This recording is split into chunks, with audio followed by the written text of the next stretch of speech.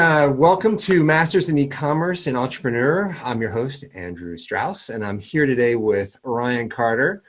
Dude, this guy is awesome. I don't know I'm going to tell you a little bit of his backstory, and then you're going to be amazed about this guy. So he has been in the social media space about 7 years, 6 years. So started with, he's got Parachute Media, which is like voted the top place to work in Nashville, right? Which is awesome. Thank you. Yes. Congrats on that. Congrats on that. He works with some of the big brands like REI and Merrill, which are huge. And he is a social media, I don't know, runs campaigns and does really great stuff for all these things. And he's got this site called Camping with Dogs that he started sort of time frame with this. And, you know, he's moved from you hear about the entrepreneurs working in their garage or basements. This guy did it. He moved from his garage into a really cool office there in Nashville. And so now we're going to talk a little bit about how he grew. This stat is amazing, by the way. The Camping with Dogs hashtag, he's got like 900,000 posts. I was like, oh my God. Yeah, just 3 years ago. Thank you. In 3 years, that's amazing. I've got the screenshot somewhere. I've actually been searching for it over the past couple of days, but I have a really early screenshot that actually shows the number of hashtags the pieces of content that were underneath that hashtag. And it was only like 250 total. Wow. Now it's about to eclipse 900,000 on its way to 1 million. That is amazing. Crazy. That's amazing. Yeah. So he's going to share his idea, how he grew his like Instagram account from 0 to 500,000 revenues in the 6-7 figures, right? It's like that. And in just 3 years. And so Ron's going to go share that and how he leveraged this into getting clients into this, and how you should think about your sort of social media when you're doing things with a purpose to go about that. So, hey, Ryan, if I forgot anything, fill us in, and let's hear the journey. So Camping with Dogs has started out of a very authentic place. I've got 3 dogs. At the time, I only had 2, so I've acquired another one for the past 3 years. And I love doing everything with them. So any way that I can incorporate dogs into my life, I absolutely do. In fact, at Parachute now, dogs outnumber people at the office on almost any given day of the week, which, as a side note, we need to get a policy in place for dogs to be a little distracting, but we are a dog-friendly workplace. I always think that some of the best ideas come from places where you've got a personal passion behind it, because if you start on any endeavor, eventually it's going to feel like a job. I mean, even the things you really, really like a lot, you're going to have days when it just feels like a job. So if you're building a new idea or a new brand out of a place where you're already passionate about that fits naturally into your lifestyle, then you've got a better chance of, I think, succeeding rather than just doing it for the sake of money. Right. So I noticed that on Instagram, it's like 11 o'clock at night that I had this idea that on Instagram, people were tagging pictures of their dogs as they were like on their hiking trips, going camping. And I noticed that they didn't know what hashtags to use. They were using kind of random hashtags to describe their activity. And then they also weren't tagging any brands, which I felt to be kind of surprising. There's a lot of great dog brands out there, but they weren't tagging them, which maybe meant that those other brands out there weren't doing a good job engaging their community. So I felt like, well, maybe I could create a lifestyle brand for the outdoorsy dog owner. And just create content around that. If you notice, I never said I want to create a brand to monetize. So it started out of this space where I wanted to create really interesting content that allowed people to feel and experience. So it could be people that don't have a dog, that have thought about getting one, that would love to go camping and hiking. So this is a source of inspiration. Or it's people that do have a pet and they're like, I don't know if my dog is capable of doing this. Now this gives them a place to connect with other people and to be inspired by other people that are going camping and hiking with their dogs. So starting off, all the content was centered around a very basic principle. We want to recreate experiences online that people have in real life without any other expectation.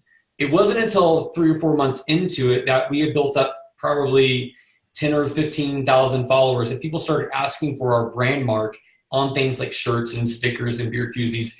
Not once did it ever cross my mind that maybe I could put this on a shirt, people would buy it. I thought that was kind of a crazy concept because here I am as a freelancer doing social media for small businesses in Nashville out of my basement.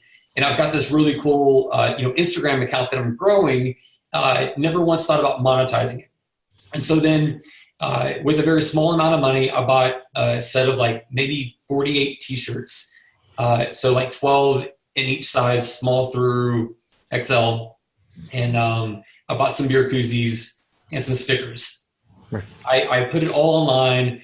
I remember my first picture, like I basically did a selfie in the shirt that I was wearing, and I put that onto, at the time I wasn't using Shopify. I think I was using Squarespace e-commerce. I'm not a web designer guy, so anything is drag and drop. It'd be a lot easier for me to do. So I started off on a very basic platform that didn't have all the bells and whistles that Shopify does. And I sold out at everything in like 72 hours, completely Shopify.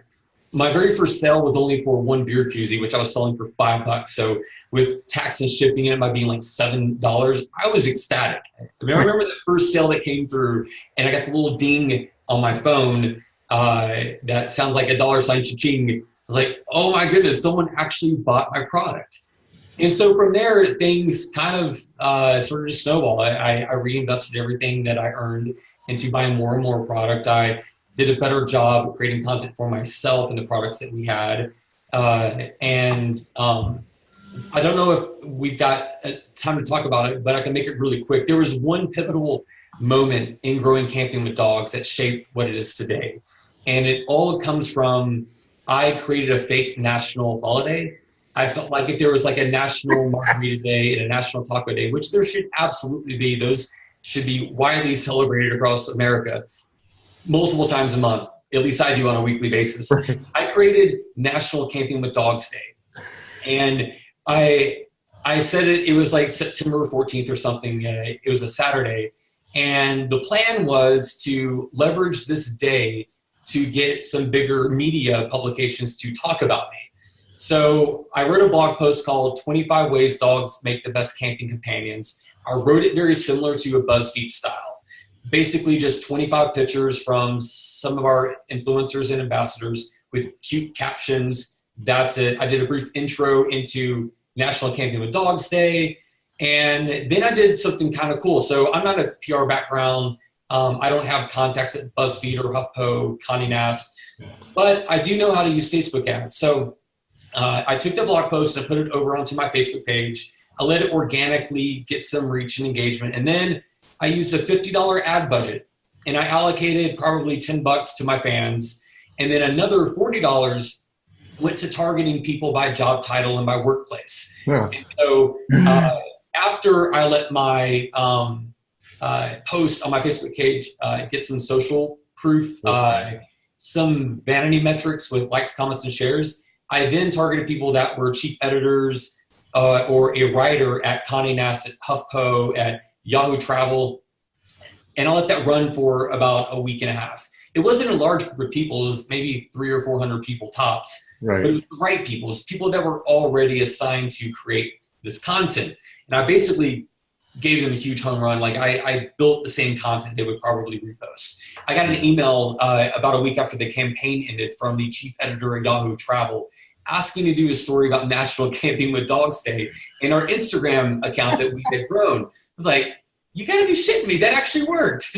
I thought it was kind of a long shot, but as soon as Yahoo Travel posted about us and they did the same thing that we essentially did, except they only used like 10 images in their own captions, but it was all linking back to our Instagram account. So after they published us, every single brand, huge publication worldwide started to. I don't know what it's like to be a Kardashian or a Taylor Swift, but man, in the month of September, every single time I hit refresh, it was a new few thousand people. I didn't do anything in the month of September of that first year of building that brand than just hitting refresh on Instagram. The day that BuzzFeed and Snapchat featured us, it was growing at 4,000 and 5,000 a minute. Oh my gosh. Like I thought it was going to get flagged. Like this account's going to get taken down because they're going to think this is spam, something's up. Yeah. But that month we grew from 80,000 to 160,000 followers on Instagram. And then I followed up that next month and a half with doing about $90,000 in sales on our website. Wow. Uh, yeah, which is for a first year and not having all that planned out. It was definitely a lot of things that caught me off guard and by surprise, but that set the foundation for everything that's happened since then, though.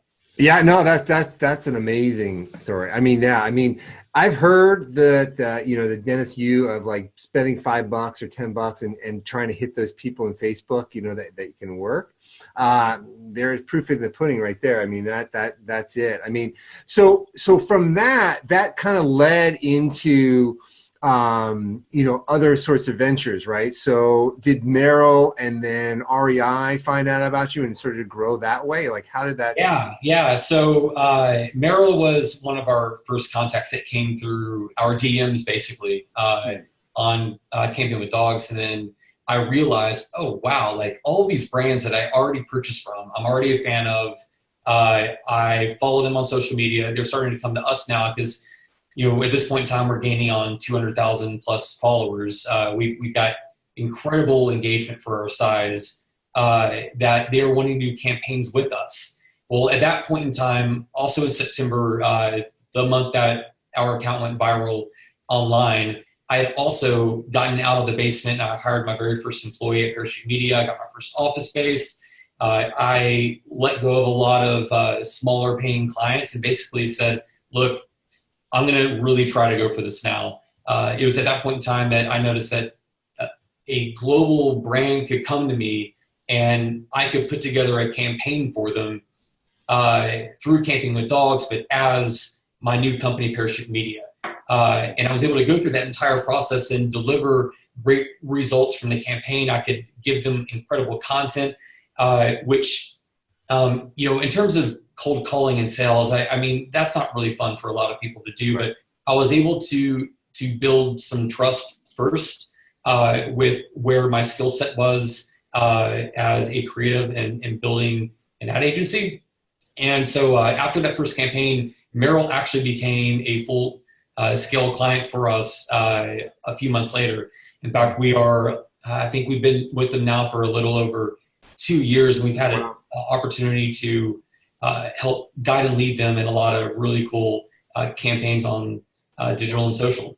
Wow, that's awesome. So basically from what you created, this sort of hobby love kind of, for yourself renders into things. So when you're doing for brands, are they basically the outdoor type of brands, and then you're leveraging what CWD is, and then kind of like they're picking out that, or that like they are going to want other types of things, and you're sort of building. You built this sort of like this sort of brand with CWD. Do you build those types of things with other kinds of brands, and is that kind of how that you're growing their social on their, on that? I think having an audience in the outdoorsy world is a great advantage as I go pitch to other outdoor brands. Because a lot of times we've got more followers than what they do. We've got better engaged fans than what they do. We've got a group of ambassadors that are incredible, that I've seen grow from 2,000 or 3,000 followers upwards of 30 and 40 plus K each. So by having that in our back pocket does help us. But in terms of Parachute Media, we're a lot more than just Camping with Dogs, though. Right. I've got a full suite of people that can do everything from the digital ad buys to a producer that can help build out some of our bigger pieces of creative, to the copywriter. So the end goal really is to get some of these larger outdoor brands into Parachute in a non-confrontational, non-salesy sort of way where they can do a fairly easy campaign like a contest or a giveaway, which is a really good intro into Parachute Media. I'm doing that at no cost. And that seems to be a really effective sales tool for us. Now, to go back to your first part of your question was, is this something that we just solely focus on? And the answer is no. Okay. I do have clients in the outdoorsy or the dog pet space, but that's not a core focus. I really like the variety of being able to take case studies that we might have in the outdoor space and apply it to maybe a personal injury attorney. Okay. I think having that variety keeps us on our toes and allows us to learn from other industries and then apply that to another client that might be in a different field, completely unrelated. Right.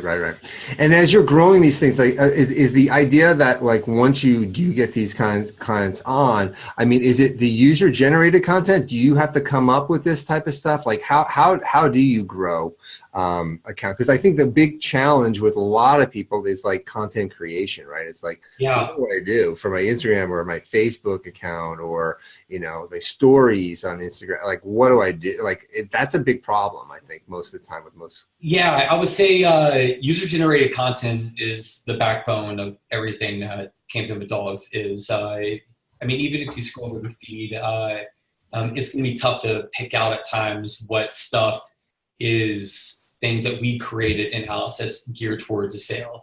Especially now on Instagram, you can tag a product in an image from an influencer or an ambassador. That's incredibly helpful. But getting a group of people like core ambassadors or influencers that really believe in your brand and that would like to see it grow and that are also great content creators is something that a lot of brands need to have in their back pocket. Because at times creating content is expensive regardless if you're doing it in-house or if you are hiring an agency to do it. You've got to be thinking well in advance. Like with Merrill, with a lot of our content shoots, we're doing stuff 6, 8, 9, 10 months in advance of the actual due date. For a lot of smaller brands, you don't have that bandwidth or that luxury. You're kind of waking up each day and like, it's Tuesday. What am I going to post today? Right.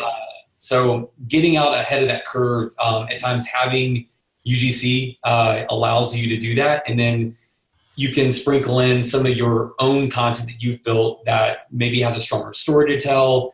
And so you've got your tent stake like polls as your main pillar content throughout a content calendar, but then other smaller content that you can kind of fill in the gaps with. And that could be stuff from ambassadors and influencers. So. Right. Yeah. Because that's what I've heard from other people. Like, you know, once you get to that, like 15, 20, it starts to like people start giving you images to post, right? So it makes it a lot easier. And then you can just write a little tag, some hashtags, whatever, comments, you know, or the caption to the thing. And then you've got that content that you know that, okay, I got a week's worth of stuff and let me throw in a promotional post or, you know, my t-shirt thing or whatever it is you're mixing in that content kind of, right? So that's kind of how you can kind of grow it. Because you find, like, I mean, in terms of like Instagram itself, I mean, do your clients find that they like to be on one particular, either Facebook or Instagram? Do they finding that Facebook is just too old of an audience now and that they think Instagram is the where it's all at? I think across all of our clients, there's definitely some fatigue with Facebook. It's kind of one of those things where you have to have it, but you've also got to play to make it relevant or worth a lot of your time. And I think there are a few instances where maybe you don't need to always apply an ad budget to what you're doing on Facebook. But I would say the large majority of our clients definitely put an emphasis on Instagram and Instagram strategy and organic engagements on Instagram, whereas trying to necessarily always predict that for Facebook might be a little more difficult. But I would say for the clients that we have, that there's definitely a stronger emphasis on Instagram paramount to any of the other platforms. But definitely having an ad budget helps, but knowing how to use it helps even more, because just because you hit the post button doesn't necessarily mean actually you're probably not going to get a whole lot if you just do that. Right. But that's a challenge though with I would say all of our clients. It's a conversation that we internally have as an agency. I mean, we still go back and forth all the time on, you know, is it worth it to invest more dollars into a Snapchat campaign whenever it seems like all the engagement is over on Instagram and Instagram stories. So it's something that's always evolving and changing. And as long as you're having that continual conversation with clients and you're setting yourself up, I think, in a better position to be better thought leaders in the space than being entirely reactive. Right. Yeah. And I guess that's kind of the thing, right? You've got to test multiple spokes in a wheel to see which one and where your audience really drives sales or engagement and things like that. So you're always kind of testing, which is cool. And that's really the help of an agency kind of thing. I mean, for like a one-off person, if you're doing it yourself, it's really hard. You know, I mean, it's I mean, if you are in charge of running a business, that's tough enough. I mean, you're pulled in a million directions anyways. To have to slow down and focus on content creation and the frequency of my posting habits, and then digging into the analytics of, is this working or not? I think that's where agencies really come into play at, because our people do this 24/7, 365 days a year. That's what we live in. So we're also able to pull from all of our other clients and maybe see changes that are happening in a market that I would otherwise not know unless we had those clients. Sure. Cool. Awesome. Well, hey, Ryan, I mean, I don't want to take much more of your time. I know that you're a busy guy.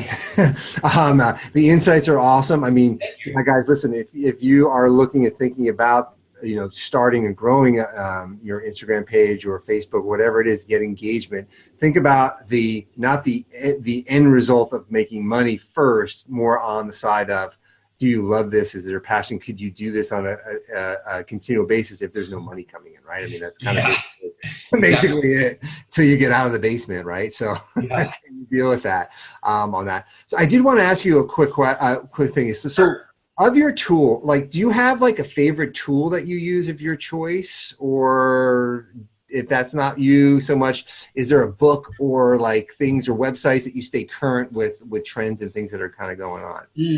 I'm actually taking a look at my bookshelf right now. Off the top of my head, two books come to mind, and they're on my bookshelf. The first one's called Shoe Dog. It's about Phil Knight, and he started Nike. An incredible story of Nike almost never made it as a company. So it's an incredible story of just how to overcome severe adversity. And the other one's a book called No by Jim Camp. And it's the power of saying no and feeling really strongly and not always saying yes to everything, but also how to hear the word no and eventually turn that into a yes. And then in terms of other maybe like sites or tactics to stay on top of things, I'm really fortunate that our employees are like charged with creating blog content or internal case studies off of the clients that they have and the campaigns that they're running. So I'm actually able to stay abreast on current trends and happenings by what my team at Parachute Media is putting together on a regular basis on campaign performance. So sometimes that gives me better real-time info than maybe hoping I scroll through my Facebook feed to see an article from Ad Age on what's current and trending. So definitely look internally first for answers before I go external. Cool. Awesome. So, all right. So where can people find you, you know, more about you, about Parachute Media, if they want to get, you know, use your services, things like that? What's the best way to contact you guys? So without giving my cell phone number, I tend to be the easiest to reach via text message, but you can follow me on Instagram and Twitter at Nashville Ryan, and then you can follow our ad agency. You can follow us on Instagram at Parachute Media. Twitter is going to be parachute.co.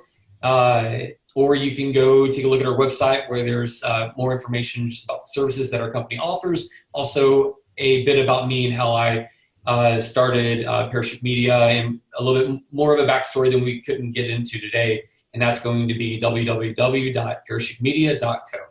Cool. Awesome. Well, Ryan, I appreciate the time. Learned a ton, and this has been great. So thanks for coming on, and we'll chat soon. Thanks. Bye.